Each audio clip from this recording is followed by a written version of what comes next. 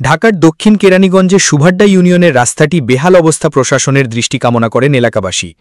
কেরানীগঞ্জ থেকে মোহাম্মদ মাহবুবুর রহমানের পাঠানো তথ্য, ভিডিও চিত্রে দেখুন বিস্তারিত। ঢাকার দক্ষিণ কেরানীগঞ্জ উপজেলার সুভাড্ডা ইউনিয়নের সাবান ফ্যাক্টরি রোডটি বেহাল অবস্থা। মনে হয় যেন মাছ চাষির জন্য একটি খামার, দেখার যেন কেউ নেই। এলাকাবাসীর দাবি, দ্রুত রাস্তাটি সংস্কার না হলে কঠিনভাবে দুর্ঘটনা ঘটতে পারে।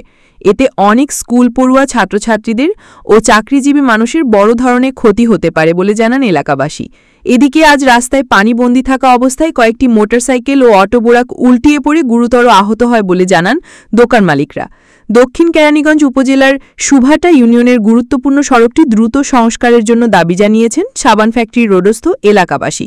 তারা আরও জানান, ঈদের আগে প্রশাসনের কর্মকর্তারা বলছেন ঈদের পরেই সড়কটি সংস্কারের কাজ হবে। এখনও কোনো কাজ শুরু হয়নি। দ্রুত রাস্তাটি সম্পূর্ণ না করলে এলাকাবাসীর স্কুল কলেজের পড়ুয়া ছাত্রছাত্রীদের বড় ধরনের ক্ষতি হতে পারে বলে জানান।